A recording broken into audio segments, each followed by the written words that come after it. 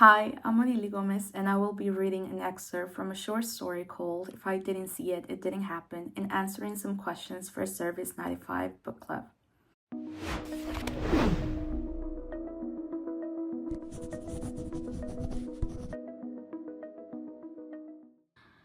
As I close my eyes, the lights keep changing. Blue, green, red, purple, blue, green, red, purple, blue. The music blasting through the speakers while I run my hands over my hips. Hair starts sticking to my face. I'm sweating, trying to tie it up, but my fingers get tangled in it. Struggling, I do what I can. As I lift my arms, it feels like the air is strangely cold in my armpits, which only makes me aware of how hot the rest of my body is. I feel part of my hot blood travel into my cheeks, flushed. I try to shake off the heat sensation over my body and run my hands over my jeans to wipe off the sweat, although it doesn't help much. I feel like taking a shower, a cold one that makes my muscles jerk and relax. I try to relax, to take in the bass and rhythm of the song playing. I look around and everyone else's bodies bounce and jolt, relax. I move my head side to side, slowly, progressing, escalating, crescendo. My ponytail swinging and hitting the sides of my face. Hitting my face, I flinch. A quick flashback, a flashing hand, a blur of motion. The stinging feeling, a clash and silence. I lose my tempo, lose my temper, lose my balance. Gradually, a ringing in my ears prevents me from hearing the music as if I were underwater. Like the time my parents took my cousins and I to the pools, the heat of the sun, the distorting images underwater, humid warmness, liquefied summer. In the distance, I hear people chanting, shot, shot, shot. I don't know how many glasses I've brought to my mouth so far tonight. I lost count since they brought the tequilas and the guy from the bar stared at me while grabbing his crotch.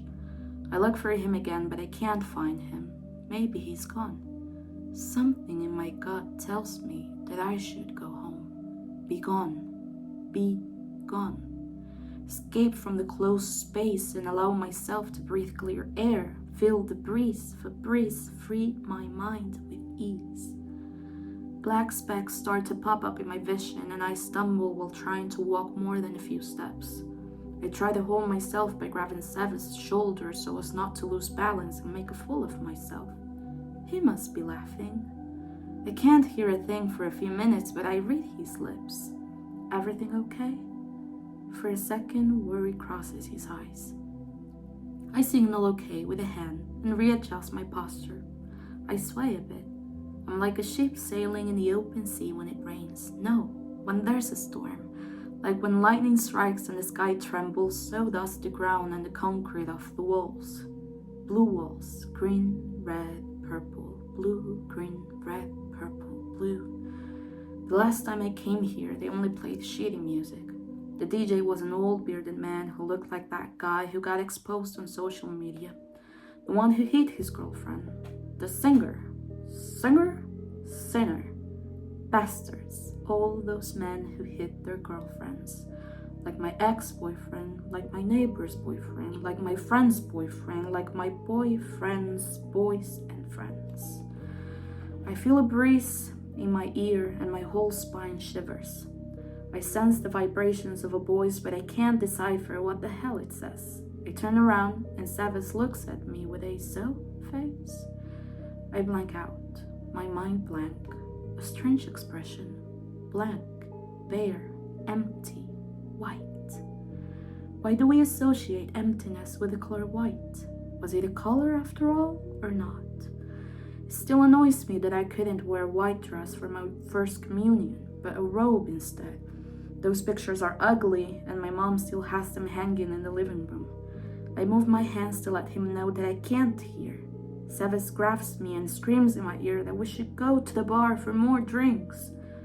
I scrunch up my nose, trying to let him know that I don't want to, and he shouts that he's paying. Before I can respond, he pulls my arm and the path feels like a game of hopscotch.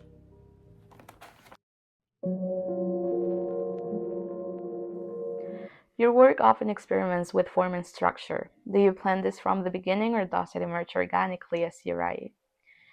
I think it depends on the story that I want to tell. Sometimes ideas come to me with a specific narrative structure that I want to explore. Other times I think of a phrase or a word and I try to picture it how I want it to look on the page. So it does come during the planning stages of my writing. But other times I do try to write a little bit more of a traditional story, having a 5 act plot or something similar.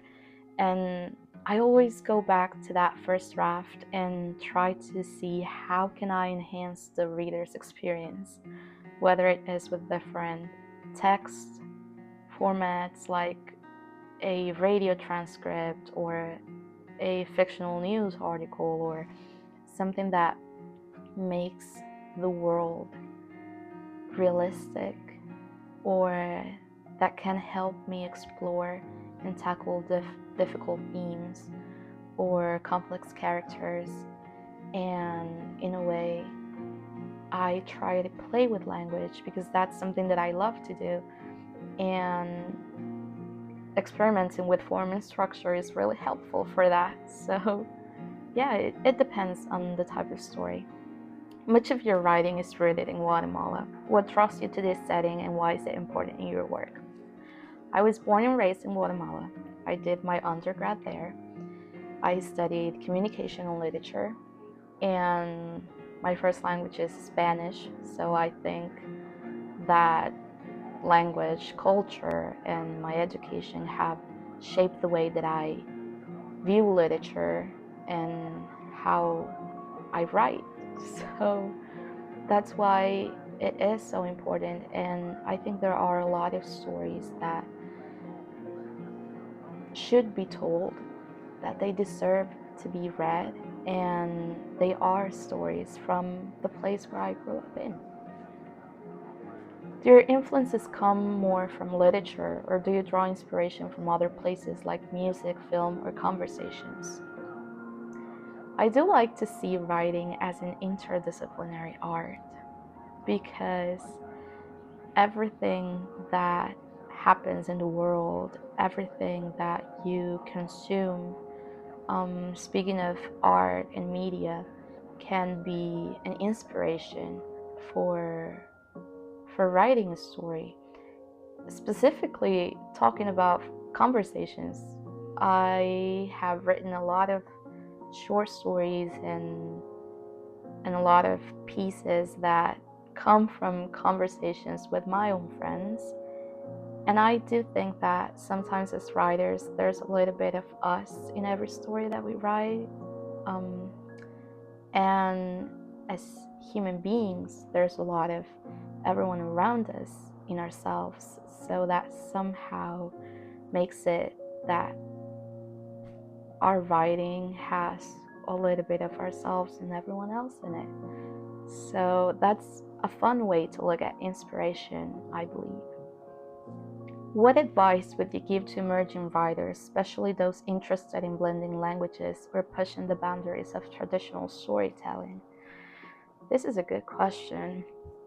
I don't want it to sound cliche, but I will sound as a cliche. And my advice would be to read a lot, to read as a writer, which means pay attention to whatever it is that makes you like reading and what stands out to you, whether it is language, whether it is structure, whether it is characters or descriptions or setting. Look at how other people write it and become aware of these literary conventions or literary rules. And once you get that good foundation, once you know the rules, you will know how to break them. And that would be my advice. And to write a lot, to write and share it with other people who like reading or who like writing so that you can get their feedback and keep improving and getting better. Thanks so much for watching. You can find me on social media and Substack as Odili Gomez, and hopefully soon on the shelves of your favorite bookstore. See you soon and happy reading!